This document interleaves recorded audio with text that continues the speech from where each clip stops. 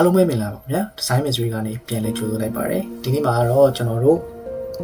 branding book တွေကိုဘယ်လိုသုံးရမလဲဆိုတာကိုပြပြပေးသွားမှာဖြစ်ပါတယ်ဒါလေးကဖြောစရာကောင်းပါတယ်ဗီဒီယိုဆောင်လိုက်ကြည့်ပြကြပါဦးခင်ဗျာဆိုတော့ကျွန်တော်ဒီမှာစပွဲလေးတစ်ခုရှိတယ်ကျွန်တော်တို့ပေါ်မှာပတ်ခင်များလေးတစ်ခုရှိတယ်ပေါ့နော် branding book ဆိုတာဘာလဲဆိုလို့ရှိရင်ကျွန်တော်တို့ဒီမှာပေါ့နော်ကျွန်တော်တို့ဒီမှာပေါ့ဒီ normal လို့ပေါ့ဒီတိုင်းကိုကျွန်တော် branding book လို့ခေါ်ပါတယ်ဆိုတော့ဒီမှာကျွန်တော်လုပ်လိုက်ရင်ပြောင်းသွားတာတွေ့လိမ့်မယ်ပေါ့နော်စသဖြင့်ပေါ့နော်ဒါတွေရှိလိမ့်မယ်ပေါ့နော်အဲ့ဒါကိုကျွန်တော်ဘယ်လိုအသုံးချရမလဲဆိုတော့ကျွန်တော်ပြပြပေးသွားမှာဖြစ်ပါတယ်ခင်ဗျာဆိုတော့ပထမတစ်ခုအနေနဲ့ကျွန်တော်ဘာကိုရှင်းပြပေးခြင်းလဲဆိုလို့ရှိရင်ကျွန်တော်တို့ကကျွန်တော်ဘာလို့လိုချင်လဲဆိုလို့ရှိရင်ဒီပကံပေါ့နော်ဒီပကံပေါ့ကျွန်တော်ဘာလို့ဒီပကံကိုလိုချင်တယ်ဒီအောက်ကဒီရောကျွန်တော်ခွဲမယ်ဒီလေယာကိုတက်စီခွဲရမှာနော်တက်စီခွဲရတယ်ဒီလေယာနှစ်ခုတက်စီခွဲရတယ်ခွဲရတဲ့အတွက်ကြောင့်ကျွန်တော်ကဘာလုပ်မလဲဆိုဒီကောင်ကိုဆက်လက်မှတ်လိုက်မယ်နော်ဆက်လက်မှတ်လိုက်မယ်ဒီလိုမျိုးလေးပေါ့နော်ဆက်လက်လေးဟောတိုင်းရှိပြီးပြီးဆွဲလိုက်ဆက်လက်လေးဟောတိုင်းရှိပြီးဆွဲလိုက်မယ်ဆက်လက်လေးtransform selection လေးဒီမှာပေါ့နော်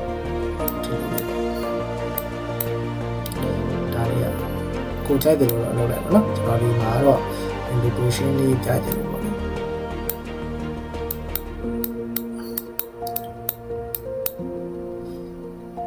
အဲ့ဒါခောက်လိုက်ပြီဆိုတော့ဒီပကံလေးကျွန်တော်ရပြီကျွန်တော် layer mask တုံးမယ်ပေါ့နော် layer mask ကတော့ခဏခဏတုံးပါမယ် layer mask တုံးနိုင်မယ်ဒီလိုပြတ်သွားရင်ကျွန်တော်ဟာခုနကလိုမျိုးဟာဟို share လုပ်ချမယ်ဘာချမယ်ဘာမှမစဉ်းစားနဲ့ကျွန်တော်ပြမယ်ဒီ layer mask ကိုလာ right click နှိပ်လိုက်မ disable layer mask ဆိုတာရှိတယ်အဲ့ဒါလေးခဏ on လာလိုက်တော့အမှားလေးပြလိုက်ဒီအောက်မှာဒီမှာအရေးရှိပြီလားနော်ဒီမှာအရေးကြီးကျွန်တော်နော်ဒီမှာအရေးရှိပြီလားဒီအရေးကိုကျွန်တော်တို့ပြန်သုံးချမယ်ဆိုတော့အဲဒီဖြောက်လိုက်မယ်အဲဒီအရေးကိုပြန်သုံးချမယ်ဆိုလို့ရှိရင်ကျွန်တော်တို့ကဒီမှာနော် click တစ်ချက်နှိပ်လိုက်ပြောတယ်နော် disable လုပ်လိုက် click တစ်ချက်နှိပ်လိုက် layer mask ပြောသွားအဲ့တော့ဒီကောင်ကိုကျွန်တော်အလွယ်ကူဆုံးနည်းနဲ့ control ရဲ့ G နှိပ်လိုက်ပွားလို့ရှိရင်ဒီဘောက layer ကိုဖြောက်လိုက်ဖြောက်ပြီးအောက်က layer mask ကိုတော့ control I နဲ့ပြောင်းမယ်ဖြစ်တော့ဒီပကံကြီးရပြီအဲ့ကြလို့ရှိရင်ကျွန်တော်ဘော layer ကိုဟုတ်တယ်အဲ့တော့ထပ်ထူကြပါပြီဆိုလို့ရှိရင်ဟုတ်ပြီကျွန်တော်တို့ကဒီအောက်က layer ကိုနော်ဘော layer ပကံအောက်က layer ကိုလုပ်မယ်နော်ဘောပကံ layer နော်ပကံသွားလုပ်လို့မရအောက်က layer လုပ်မယ်အောက်က layer လုပ်ရင်ကျွန်တော်တို့ဒီဘက်မှာရှိမယ်ဆိုတော့ normal ကဘာမှမဖြစ်ဘူး dissolve ဆိုလည်းဘာမှဖြစ်မှာမဟုတ်ဘူးဆိုတော့စပဲเนาะmulti မှာပေါ့ tagcan တို့ multiply တို့မှာ color band တို့မှာတွေ့နေမယ်ဆိုတော့အဲ့ဒီအုပ်စုကိုကျွန်တော်ရေးရတာအဲ့ဒီအုပ်စုကဘာလဲဆိုလို့ရှိရင်သူကအဖြူရောင်မသိတဲ့အုပ်စုရမ်းလိုက်မနေကြလို့သူကလုံးဝအဖြူဆိုရင်သူကဖယ်ပလိုက်တာအဖြူဆိုသူကလုံးဝမသိဘူးအဲ့တော့ကျွန်တော်အဲ့ဒါနဲ့ကျွန်တော်ဟုတ်ပြီအဲ့ဆိုရင် tagcan စပြီးပျောက်သွားပြီလားဖြူကွက်ကြီးပျောက်သွားပြီ tagcan အဟေးပဲကြံနေတယ်လားတွေ့လားတကယ်အောင်ကြိုက်တာကိုကမကြိုက်သေး multiply ဆိုတော့အဲ့ဒါလည်းကောင်းတယ်မကြိုက်သေး color တော့ဆိုတော့ဒါလည်းမဟုတ်သေးဘူးဒီကနည်းနည်းလေးနေရာပြောဆိုတော့တကယ်လာဆိုကျွန်တော်တို့ကဟုတ်ပြီဟိုဘောနော်ကြော်ပြီးတော့ light တင်အောင်သွားတုံးလိုက်လို့ရှိရင်ပါ light တင်အောင်သွားတုံးလိုက်လို့ရှိရင်ပါကြလားအဲ့လိုဖြစ်သွားလိမ့်မယ်ဆိုတော့ဒီကောင်ကအဖြူအောင်မသိတဲ့ဟိုဆိုကျွန်တော်ကြိုက်တဲ့ color တုံးလို့ရတယ်နော်ကျွန်တော်တို့ထားပါတော့ multiply နဲ့တုံးလိုက်မျိုးဒီလိုမျိုးလေးပေါ့နော်ဆိုကျွန်တော်တို့ client နေကျွန်တော်တို့ပုံနေပေးလာတယ်ဒီလိုမျိုးလေးတွေရှိလို့ရင်ကျွန်တော်တို့ကခုနလိုမျိုးဟိုအဖြူနဲ့လို့သူ့မှာအရေးပါလို့ရှိရင်ကျွန်တော်တို့က background ဟိုအရေးကိုတက်လုပ်နေကြမလို့အချိန်ကိုညံတက်တာတယ်ဆိုတော့ပြပြပေးချင်တာပါဆိုတော့နောက်တစ်ခုကြည့်လိုက်ရအောင်နောက်တစ်ခုကကြတော့ကျွန်တော်တို့ဒီမဟင်းညုပ်စုပ်လေးဆိုတော့ဟင်းညုပ်စုပ်လေးကိုကျွန်တော်တို့ကဘယ်လိုပုံစံဖန်တီးချင်လဲဆိုလို့ရှိရင်တော့ spicy ပုံစံမျိုးလုပ်ချင်တယ်ဆိုလို့ရင်တော့ဒီမှာပေါ့နော်ဒီဘက်မှာကျွန်တော်ရှာလိုက်မယ်ဆိုတော့ဘယ်လိုရှာလို့ရလဲဆိုလို့ရှိရင်ထားပါတော့ဆက်တယ်ဆိုတော့ပူတယ်ဆက်တယ်ပေါ့နော် fire ပေါ့နော်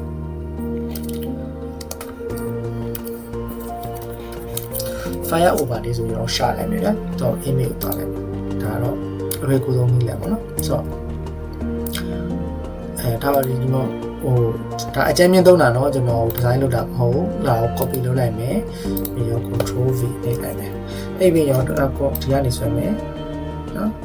ဒီကနေဆွဲမယ်နော်ဒီလိုနည်းနည်းလေးဒီလိုလေးပေါ့ဗျာနည်းနည်းကြီးလေးပေါ့ထားလိုက်ပေါ့ဒါတော့ဟိုဖြစ်နေ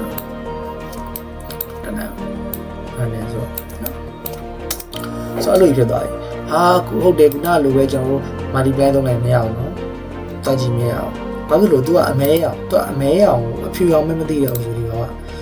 နောက် lighten တို့ saccharine တို့ color dot တို့ linear dot တို့ lighter dot တို့ကအ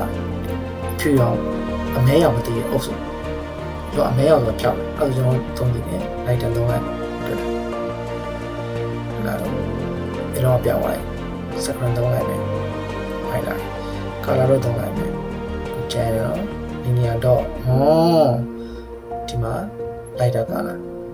ကျွန်တော်ဒီမှာ linear dot တော့ပို့ကြိုက်သေးတယ်ဟုတ်လားဟောအမှန်ကြီးပြောကျွန်တော်ဒါကြီးကျန်းပါရဲ့ဟိုလိုမျိုးဆိုရင်နောက်တစ်ခုရွေးလိုက်ပါတော့ထားပါတော့ဒီလိုမျိုးလေးပေါ့နော်အဲ့ဒီကနေထားပါဒါလည်းမရဗျာဒီလိုတော့ကအမဲရောင်လုံးဝ black နော် pure black ဖြစ်နေရပါနော်အဲ့ဒါမှအဆင်ပြေမှာဒါဒီအောက်ကပဲတစ်ချက်ကြည့်အောင်ဆိုတော့ခုနကဒီလိုမျိုးပေါ့ဒီလို flare တွေအဲ့လိုမျိုးတွေပါထုတ်ချင်တယ် copy လုပ်လိုက်မယ် control V နှိပ်မယ် control T နဲ့ကျွန်တော်တို့ဆွဲချဲလိုက်မယ်ခုနလိုပဲအားပြုံတော့အဆုံးထိမချက်လဲရတယ်ခုနလိုပဲကျွန်တော်နော် height ရှိမယ် screen ရှိမယ် color တော့ရှိမယ်ဒါကြတော့ screen 3ပါအဆင်ပြေပါနော်ဒါမှမဟုတ် light 3လိုက်နောက်က white တိတ်ပါတော့ဒီမှာဒီလိုမျိုးတွေပေါ့စသဖြင့်ပေါ့ထိုင်အဲ့လိုမျိုးတွေကျွန်တော်လုပ်လို့ရတယ်ပေါ့နော်ဆိုတော့ဒါတော့အမဲအောင်တည်တဲ့အုပ်စုဖြစ်ပါတယ်ဆိုတော့နောက်တစ်ခုကကြတော့ကျွန်တော်ဒီမှာကောင်မလေးတစ်ယောက်ဆိုတော့အဲ့ပေါ်ကိုကျွန်တော်တို့ကဟိုထားပါတော့မိုးရကြီးလိုလွန်းလွန်းဆူဆူပုံစံမှာ water drop လေးချမယ်ပေါ့နော်ဆိုတော့ဒီမှာ water drop ပါလေးပေါ့နော်ရှာလိုက်ဆ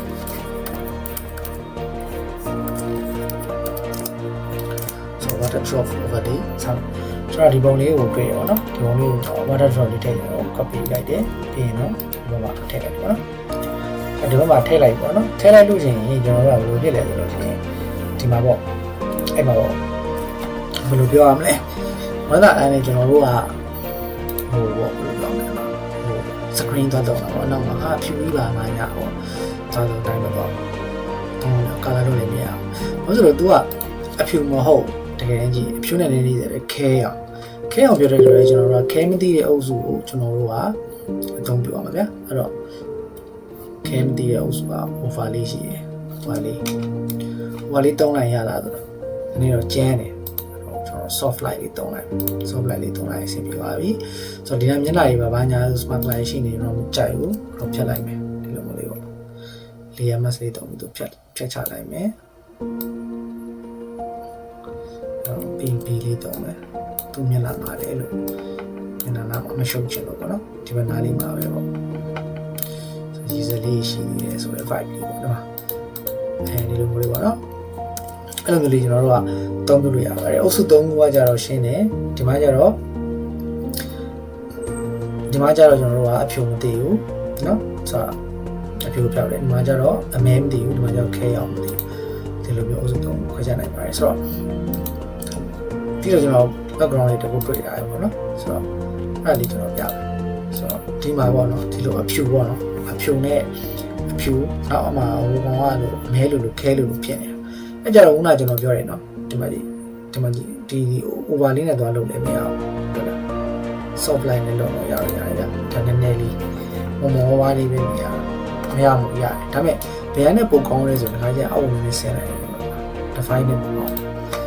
realistic ဆန်ဗျာဆိုတော့နားလို့လုပ်တယ်ဆိုတော့ခါကြရင်တော့ကိုကဒီမှာဒီကောင်လေးဆိုပုံပါရဲ့ခုနကဆက်ဟုတ်လားဟာလေ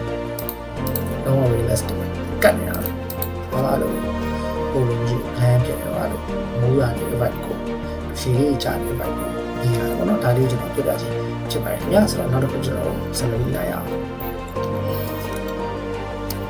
ကောင်မလေးတယောက်ရှိပါတော့အဲ့ဒါကိုတော့သူ့ကိုအရေးလေးချပြပါတော့ထုံးစံတိုင်း click ထောက်ပြီး click လေးထည့်လိုက်မယ် new layer comment order ရဲ့ best page နေလိုက်အမဲအောင်လေးရလိုက်မယ်เนาะအမဲအောင်ပြောင်းပြီပေါ့เนาะ control D ပြီး control ရဲ့ D ရဲ့နှိပ်မယ် right click နှိပ်မယ် vertical လုပ်မယ်သူကျွန်တော်အောက်ချမယ်ပေါ့เนาะသူကျွန်တော်အောက်ချသွားရင်သူ့ကိုကျွန်တော်တို့ကဘာလို့ဒီလိုမျိုးလေးတူနေအောင်ပေါ့ နော်တူနေအောင်လုပ်မယ်ပြီးွားရင်ဆိုသူ့ကျွန်တော်တို့ convert to smart object ပြောင်းလိုက်နော်ပြီး control D ကျွန်တော်တို့ဘောင်းထဲမှာဝါလိမ့်မယ် perspective ကိုရေးမယ်ဒီလိုတော့လဲမယ်နော်ဒီလိုလုပ်လိုက်မယ်လဲလိုက်ဆိုတော့ဒီမှာကျွန်တော်ပြောကြတခုရှိပြီဆိုတော့ဘာရှိပြီလဲဆိုလို့ရှိရင်ကျွန်တော်တို့ဒီမှာပေါ့နော်ဒီရဲ့ဟိုကျွန်တော်ပြမယ်ပေါ့ဒီမှာအရေးတွေကြည့်ကြည့်ပါနော်ဒီမှာအရေးတွေတစ်ချက်ကြည့်ကြည့်အရေးပေါ့နော်အရေးသူတို့အရေးတွေကလည်းမမေးတယ်ပေါ့နော်ဒီမှာအရေးတွေပေါ့အရေးတွေမမေးတယ်ပေါ့အဲ့ဒါကိုသတိထားမယ်ကျွန်တော်တို့ကဆိုတော့အရင်ဆုံးကျွန်တော်တို့ကဘာလုပ်ရမလဲဆိုတော့သူ့ခြေထောက်ကိုအရင်ဆုံးကျွန်တော်တို့ဘက်ကပ်ဖို့လိုတယ်ပေါ့နော်တို့က control ရဲ့ D ရောပေးလိုက်မယ်အရေးပေါ့နော်တို့ရဲ့နာမည်ပေးလိုက်ပေါ့နော်ကျွန်တော်နာမည်ပေးဖို့အမိတယ်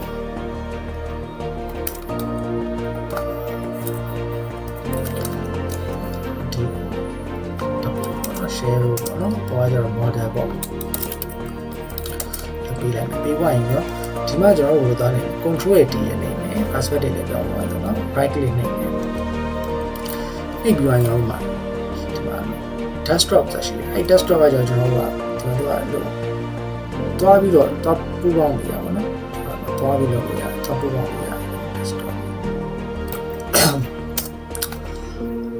ကျွန်တော်အဲ့လိုမဟုတ်ဘဲနဲ့control ဒီနေမယ် right click နေမယ် pub ဆိုရလေးယူလိုက်ဒီကကျွန်တော်ဒီမှာ grid မှာ 5.5 ဆိုပြီးတော့ယူလိုက်အဲ့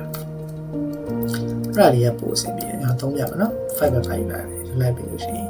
ဒီမှာဒီ8ကိုဖိတာမယ်ဒါလိုအပ်ချက်လေးပါ8ကိုဖိမယ်ဖိပြီးကျွန်တော်လိုအပ်တဲ့ point လေးကျွန်တော်ဒီ2 point ပဲလို့ဒီ2 point ကိုကျွန်တော်ယူလိုက်မယ်ပြီးွားရင်မှကြည့်ထွက်တော့မယ်တော့ဟုတ်လားလိုအပ်တဲ့ point ကိုဒီမှာယူမယ်ဒီလိုပဲဒီကောင်းအောင်လေဒီလိုတော့တောင်းလိုက်ပါဟုတ်လားဒီပေါ့နော်ဒီတော့ပြုတ်ရင်ပေးလိုက်အောင်โอเคအနာခေါက်လိုက်ကိုယ်ကြိုက်ပြီဆိုရင်တော့အနာခေါက်လိုက်ပါနော်အဲ့ဒါလေး control D right click နဲ့ pub ကိုသွားရင်နားဟာပြန်ပေါ်ရမှာမမြင်ဘူးဒီလိုအဲ့ဒါလေးတွင်ပေးလိုက်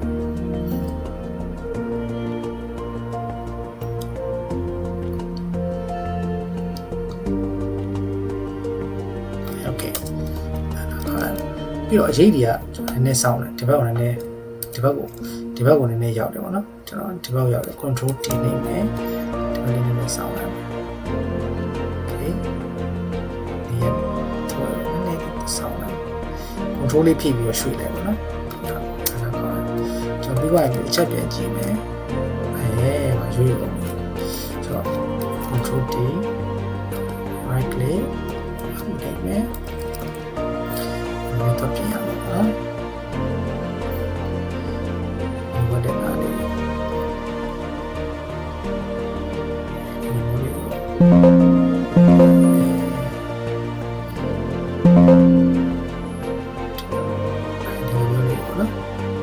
ော်ဒီချာလေးပြင်ပေးလိုက်အနာခေါက်လိုက်ပြီနော်နောက်ခေါက်ပါရင်ဒီမှာအရေးရပါပြီပေါ့ဟေးရပါလို့ရှိရင်အဲ့လိုကြီးထားရင်တော့ဆက်ပြီးပါပေါ့ဒီလားဆိုတော့ဘာလုပ်အောင်လဲဆိုတော့ခုနကျွန်တော်ပြအရေးတွေသူတို့ဒီမှာလေဒီအရေးတွေကြည့်ဟောဒီအဲ့တော့ကျွန်တော်တို့ကဒီမှာ blending ပုံမှာရော over လေးကိုတောင်းလိုက်မယ်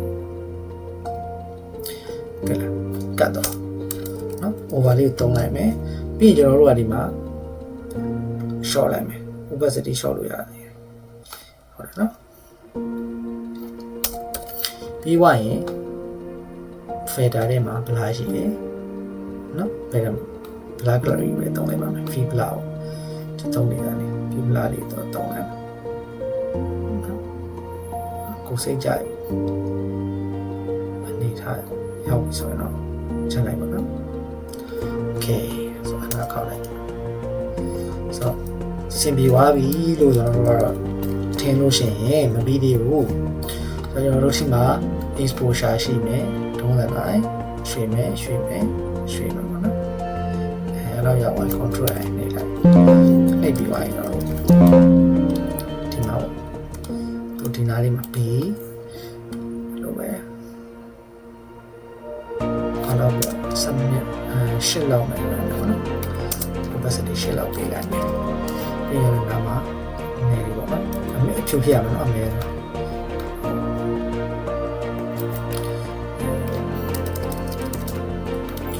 နားလေးအမေလေးချေရလေးဆွဲကြည့်လိုက်ကြာဝိုင်းလေးနားလေးမနေလိုက်ပေါ့သူဆိုလည်းဒီလိုပဲနော်သူဆိုလည်းဒီလိုပဲဒီအောက်လေးမှာဒီကဟာလေးလိုပဲဟေးလေးလိုမှာနော်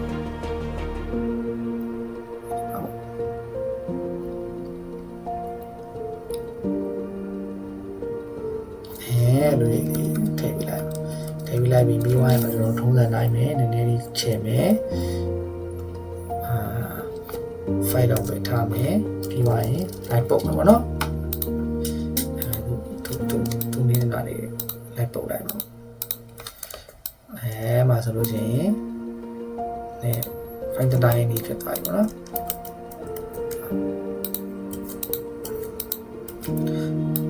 တုံးတော့ထိုင်ပုတ်လိုက်မှာဆိုရင်โอเคပြီးလို့ရှိရင်ကျွန်တော်တို့ကဒီ shadow ကလည်းဟိုလိုပြက်ရမှာတွေ့လားဟိုလိုမျိုးလိုကြီးဖြစ်နေတာလေအပြည့်ပေါ်နေမှာတော့ဒီ G လေးတို့ဒီက mask လိုပြနေတယ်လို့ဒီ gradient တို့ကဟဲ့ပေါ့နော်ဒီလိုပေါ့လေးပေါ့ဒီလိုပေါ့လေးပေါ့နော်ဒီ shape လေးပါရိုင်းမပေါ်ဘူးပြတ်သွားတယ်ပေါ့ရေကပြတ်သွားလို့လေးပေါ်တယ်ပေါ့နော်ဆိုတော့အဲ့ဒါလေးကျတော့ဘေးမှာနည်းနည်းလေးအဆင်ပြေနေပြီเนาะ black gravity တွေကဘယ်လောက်လဲဆိုတော့ကျွန်တော်နည်းနည်းကြိုက်တယ်နည်းနည်းတက်ပြလာโอเคနေလိုက်တယ်ဒါဆိုတော့ရသွားပြီလို့ထင်အောင်ထင်နေတယ်မရသေးပါဘူးတော့အောက်မှာဖက်ကြီးအရင်နေနေတယ်ဆိုတော့ levels ကိုကျွန်တော်လိုက်မယ် levels သူ့ပဲကျွန်တော်ပေါင်းနေတဲ့အတွက်သူ့ control နေပြီးတော့ click channel တယ်ပေါ့နော်ပြီးတော့ကျွန်တော်ထုံးစံလိုက်တုံးနေလိုက်နော်ထုံးနေနေလိုက်နေရင် control အရေးလိုက်မယ်ပြီးသွားရင်ဒီပြည်လေးနဲ့ကျွန်တော်မယ်ယူလို့ရှိနေတယ်ဒီမှာပေါ့ပေါ့မယ်နော်ခဏလေးပေါ့ပါနော်တုံးရရှင်းနေပုံမှန်ရမယ်နော်ရှင်းလေးနဲ့နည်းနည်းလေးမဲဝအောင်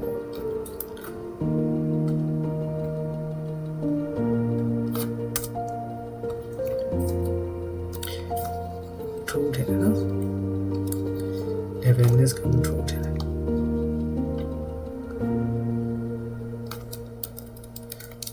အမော exposure နဲ့လောက်လိုက်ပါဆိုနော် exposure နဲ့လောက်တယ်တူပဲလောက်တဲ့အတွက်တူတော့ထောက်တယ် level exposure နဲ့လောက်လိုက်နည်းနည်းမှာပါ okay လို့ပဲကြာ control ရဲ့ RA လေးလိုက်မဲဝါရီနော်မဲဝါရီ P လေးနဲ့မာ smart လိုက်မဲတော့နော်ဒီလေးလေအနာလေးလိုက်မဲလိုက်